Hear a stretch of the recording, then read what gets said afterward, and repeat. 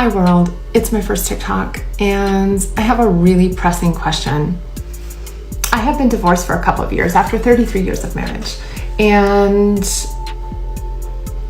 here's what I gotta know. Does it get easier? Because it's starting to feel like the whole purpose of dating is to go out with strange men to endure really awful things in order to come home and create crazy TikTok stories. I mean, somebody tell me there's more to this than that. Welcome back. Today's story begins with a woman reflecting on the end of a 33-year marriage. After everything she'd been through, the first question she asked was simple. Does it ever get easier? Instead of keeping her journey private, she chose to share it online, opening up about the emotions, challenges, and uncertainty that followed. Her story is one of four we'll be looking at today, each offering a different perspective on life after a major relationship ends. As always, we'll follow the timeline through their own videos and let their words tell the story. Rather than jumping to conclusions, we'll focus on what they shared and how their experiences unfolded over time. Let's begin with the woman who documented nearly every step of her journey.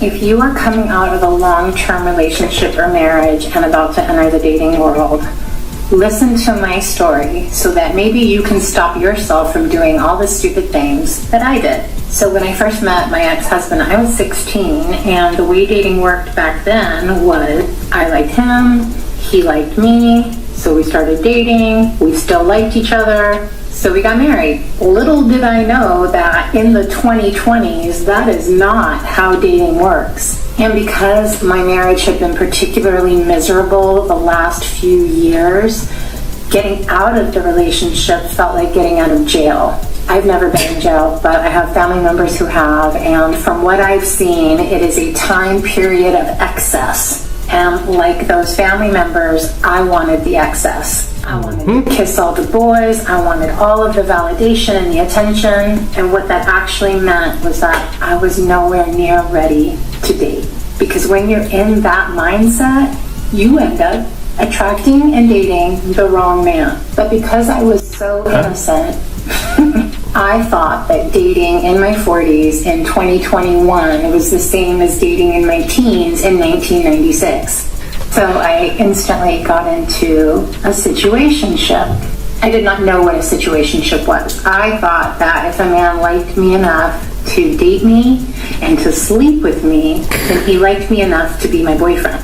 It's honestly kind of cute now how stupid I was, but that's not how dating works. There are plenty of men that will take you out on dates, that will tell you you're amazing, that will have mind-blowing sex with you, and then act like you don't exist. And so I was so used to being somebody's wife that I thought if I just show what a great wife I can be, they'll love me. If you hear one thing, don't do that.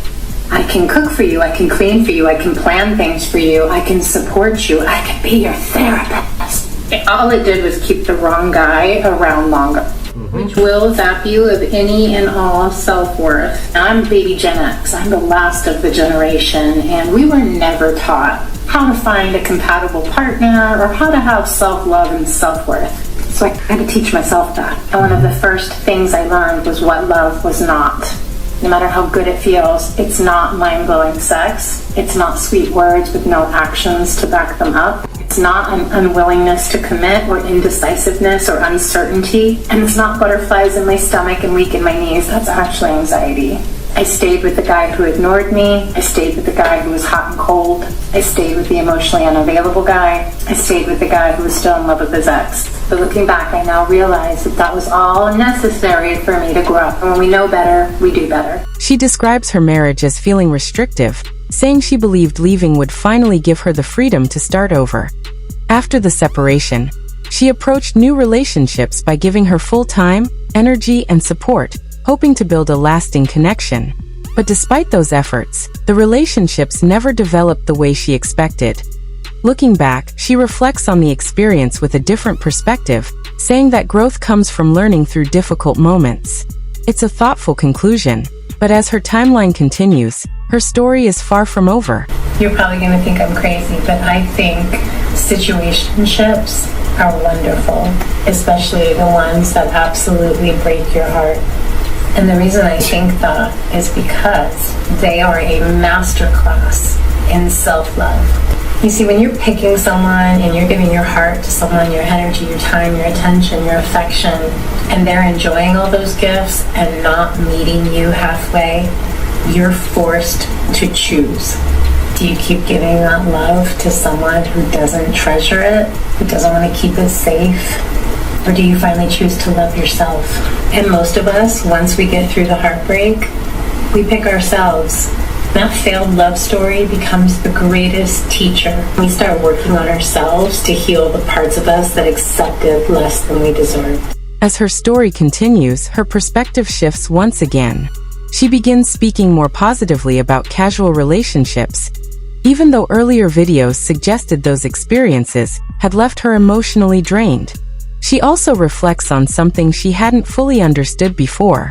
Looking back, she says that what she once interpreted as excitement or chemistry may have actually been signs of emotional stress rather than genuine compatibility.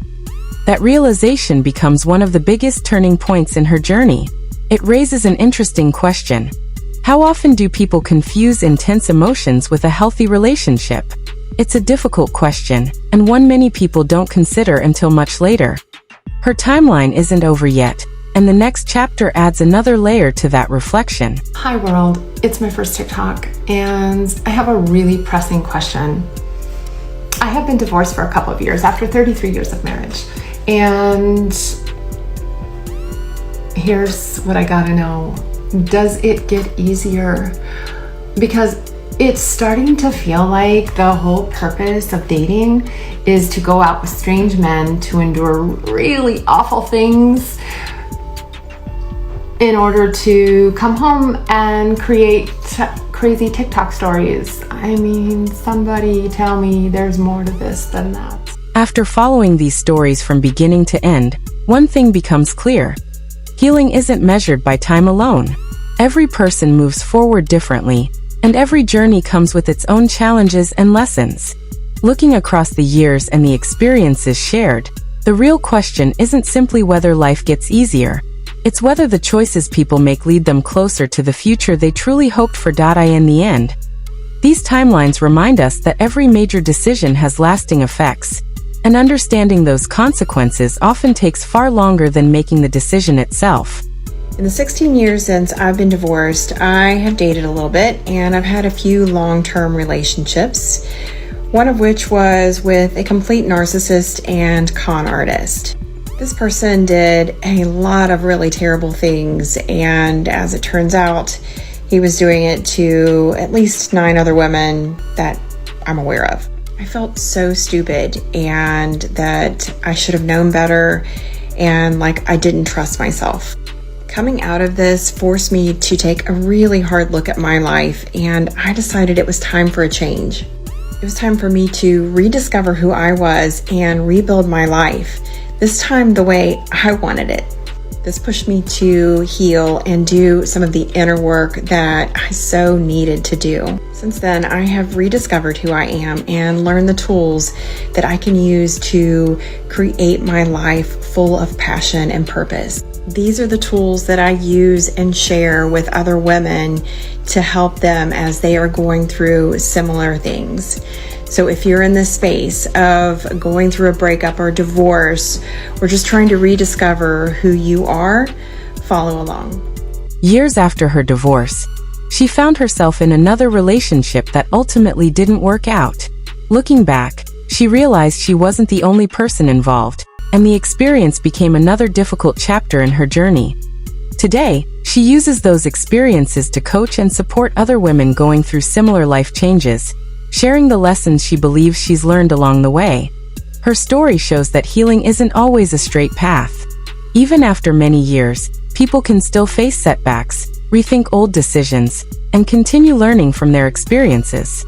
That's what makes every journey different. Post on social media. Why do you talk about your private life? First of all, I'm not talking about some deep, secret, private parts of my life. No, I'm talking about, sadly, a very common reality that far too many women live. It's not rocket science. Talking is how you connect with other humans. Talking is how you make friends.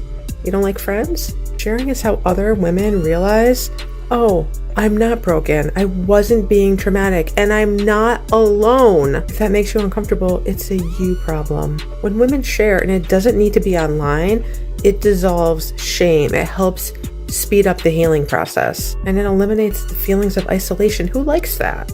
Women are told that they overshare when they're just telling the truth out loud. When you share honestly, you make real connections, not superficial ones, with real women, real friendships, and real support. I'm literally going on a weekend trip to Charleston, South Carolina with women I've met on TikTok. A place for like-minded people to come together and support each other. It's not that complex. Not to kick a dead horse, but that whole find your tribe thing, there's a reason people say that. When you share, doors will open and it will create opportunities. Don't suffer in silence just to make other people comfortable. You don't have to share publicly, but you also don't need to be alone in what you're going through. As her journey continues, the emotions look different. The tears have faded, replaced by a new support network, close friendships, and a community of people who have shared similar experiences. She appears to have built a new chapter around that community, finding encouragement and connection through others who have walked a similar path.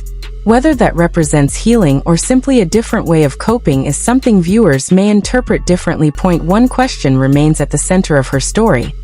Could things have unfolded differently if those same open conversations had happened earlier, while the marriage was still intact? There isn't a simple answer, but it's a question worth considering. In the end, her timeline reminds us that every major decision shapes the future in unexpected ways, and people often spend years making sense of the choices that change their lives.